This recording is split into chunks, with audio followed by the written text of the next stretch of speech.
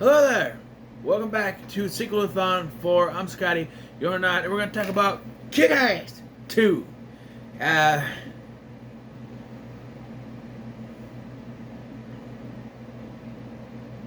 It's a movie.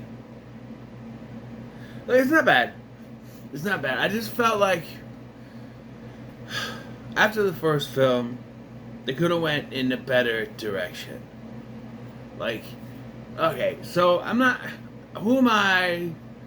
Far be it for me to complain about the plot of a character from a comic book. But I mentioned this in my review of the first one. So, first of all, here's the plot. Sometime after the first movie, be a couple years now, Kick-Ass and Hit Girl have inspired many more people to become superheroes, and Chris D'Amico is back now as the motherfucker. I will be referring to him as Chris because I'm not going to say the motherfucker so many times in this review. But now he's become this new super villain and amassed his own army called the, again, only going to say this one time, Super Mega Cunts. This is a monetization nightmare if I was trying to get monetized. This would be a monetization nightmare to talk about these movies because there's no way. But I don't do that, so it's fine. And so it's more about now regular citizens becoming these heroes and Chris leading his own group, and yeah. But it does sort of shit on some aspects from the first one. Like, I like the relationship between Dave and his girlfriend. Guess what? They break up because she thinks he's a dork now because he's hanging around with Mindy, so he thinks they're stupid. And she's been doing some black dude on the side anyway. It's okay because he gets a new girlfriend, Night Bitch. But hey, guess what? Just when you start to like their relationship, oh, look, she gets attacked and almost sexually assaulted by Chris, but he can't get no boner, so he just has her beat up. And then she's like, well, we were never really a couple. So what are we supposed to... So what kind of relationship... What relationships are always supposed to support? Who are we supposed to ship? Oh, the 18-year-old and the 15-year-old. Yeah, because that makes sense. No shit, like they have a little thing in the beginning. Oh, really, Dave? A freshman is like, no, it's not like that. And then in the end, she kisses him goodbye, and it's like, and he's like, what was that? She's like, our first kiss, and I'm like, no. He's got to be 18 because he's hooking up with Night Bitch, who is a full-fledged adult, so he's got to be at least 18. He's hooking up with her. This is a 15-year-old. That's statutory rape, my man. No, you don't want none of that. She leaves though, so. And she kissed him, but they're not going to count that in a court of law. They're going to say, no, you still kissed the minor. I'm just saying. But, as I was starting to say before I got into this, Chris's story arc. I said this in the first one. I felt like his arc shouldn't have been him going villain, but instead, him becoming a hero. He was working for his dad, and then there was a point in the first film where it looked like he realized he didn't want it to be like this. So he should have been the one to kill his own dad to save Kick-Ass in that movie. And then here, they do introduce the character of his uncle, played by Ian Glenn, right? And he does nothing but kill John Leguizamo, and I automatically hate him now. Come on, he's Luigi Mario, for God's sakes. He's the pest. Love peach and grease. I mean, come on. This guy could have been the main villain and amassed his own group of thugs and wannabe supervillains and all that stuff, whatever. Night Bitch could have been a Russian... Not Night Bitch. Mother Russia could have been a female Russian thug type thing. You didn't need to have Chris amass a group of supervillains. You know, he could be him coming into his own, becoming his own superhero and joining Kick-Ass. But no, instead they decide he's going to become a villain, which does not sit well with me because, as I said, I don't think that's where his trajectory goes. And I know it's the comic books, but fuck the comic books. You know, it's called creative liberty, and you can change things if you want to.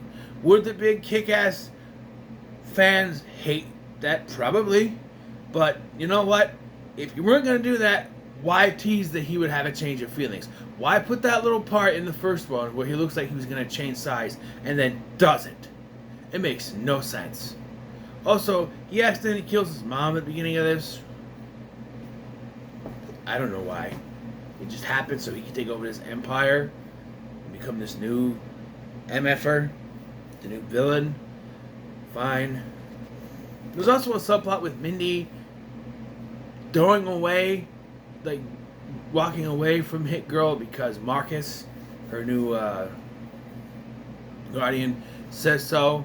So she becomes a part of this clique, but ends up being a joke. But the part that confuses me, alright, is that she asked this guy out, and then this date turns out to be a trap. And then and he's like, well, you really think that I'd go out with you? And I'm just like, but she asked you out. It cannot be a trap if she's the one who asked on the date. Why? I don't think the writers knew what they were doing with this. Like, she's the one who asked him, and then ends up being a trap. But she asked him. It can't be a trap if she asked him. You need to write better writers, because it makes no sense to me. A reminder that my air conditioner is on because it's hot. So, you hear that noise, that's what it is. That just doesn't make any sense to me. And that's one of my biggest complaints, is that she's not Hit Girl through most of the movie. You see a thing at the beginning where she and Dave are trading, and then she shows up at the end to be Hit Girl. She's not through most of this film. And I know, character development, sure, but Dave is on his own, not on his own, but he's with this group of people led by Jim Carrey, who is also unnecessary in this movie because they make a big deal about him being ex-mob and having ties to Chris's dad, and then he's just killed halfway through the movie. Oops! Pointless, right? And then you got Marty, or Clark Duke's character, joining as Ball Buster, whatever the fuck his name is. I don't know what his name is. Butt Kicker, Battle Man or something. And then Todd, who's not played by Evan anymore, the Quicksilver guy, the other Quicksilver guy from the first one, he's played by a different guy. He basically copies Dave and becomes ass kicker. And then when they make fun of him, he joins the bad guys, only to then leave them when he realizes they're going to do bad things. Well, duh.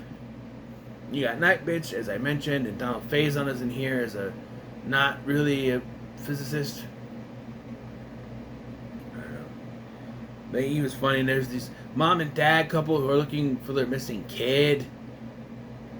They never find him, so I don't know.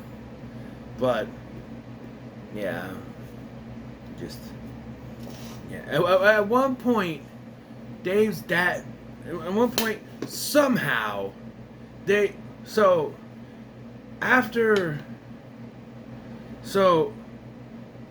Chris leads his team, but I can't say, on an attack on Night Bitch and has her beaten up and kills a bunch of cops to show up to the scene, the cops, for some reason, wage war on anyone wearing a costume. Superheroes, villains, whatever. And somehow they know who everyone is. They go to everyone's house, they know who they are. They show up at Dave's house, but don't know that Dave is kick-ass, and his dad stands up for him and says he's kick-ass. Now, to be fair, I read according to Wikipedia, they traced the IP address, so they didn't know it was. Because I was confused. I'm like, wait, they knew that Kick-Ass was there, but they didn't know it was Dave. How does that make any sense? According to Wikipedia, they traced the IP address. Okay, like, I don't know. I feel like that's an abuse of power by just saying everyone who wears a costume is a criminal. You can't do that. It's not Vigilantism, sure. And in a regular superhero movie, that'd be fine, but this is trying to be realistic. You know? I'm just saying. Maybe it is realistic. I don't know, but excuse me. Oh, I had a turkey sandwich for lunch. A little turkey in there. All right then. So yeah, and eventually it ends up with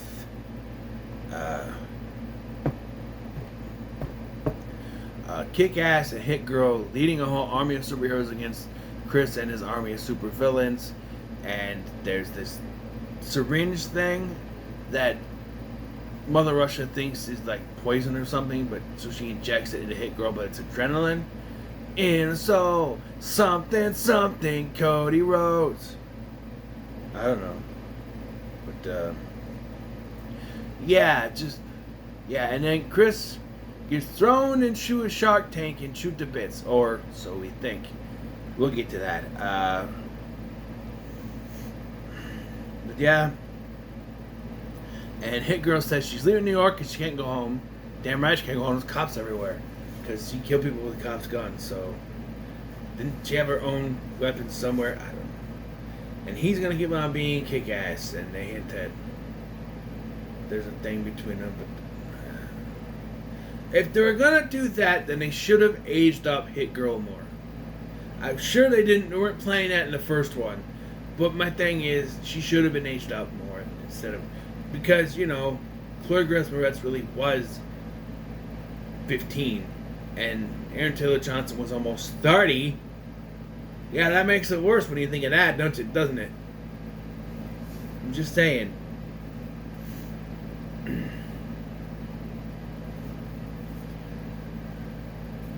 But, yeah, it's whatever. I did find a parallel to Teen Wolf here with, you know, now that Marty knows about Dave being Kick-Ass, the third friend, the third wheel Todd, who, you know, resembles the third friend, Teen Wolf, kind of pushed to the side. You know, that one he was afraid of the wolf, but here he's kind of pushed aside because he can't. You know, it's kind of had that parallels. I mean the movie, not the TV show that came out. No, I haven't seen it. Yes, I want to, but then we get a post-credit scene, and let me tell you, this brings back memories because the Groby showed me this movie back when it came out on Blu-ray or DVD, whatever. DVD at the time, I think. And I said, "Is there anything at the end?" He goes, "No, I don't think so." So I fast-forwarded it, and as it started getting to the end, you could hear Chris yelling, and he goes, "No. He survived being mauled by the sharks, and now has no legs, and specifically no penis. And he can't reach a glass of water." And again, if you went the trajectory I suggested, it wouldn't have happened like this, you know? I don't know. Maybe you could, like... maybe you could have done like a... Especially since Hit Girl takes the back seat. Have him and Dave working together as Kick-Ass and Red Mist. But you see that maybe there is a darker side to Red Mist, you know? Like, because he killed his own dad, he's lost all sense of morality, and so he can push further than what Dave can, and there's a conflict there. And it could be like a moral high ground situation. More conflict. You know, don't make him a straight out villain. Make him go in that moral dilemma type situation. Do it like that. Now I don't know. I didn't care for it. I'll give this a middle of the road though, because there are some things that I enjoyed, but I want to watch Kick-Ass. I'm just gonna watch the first one. So, what are your thoughts on Kick-Ass 2? And no comments below. Make sure to like, share, and subscribe. Thanks for watching. I'm Scotty, and I'll see you in the next one.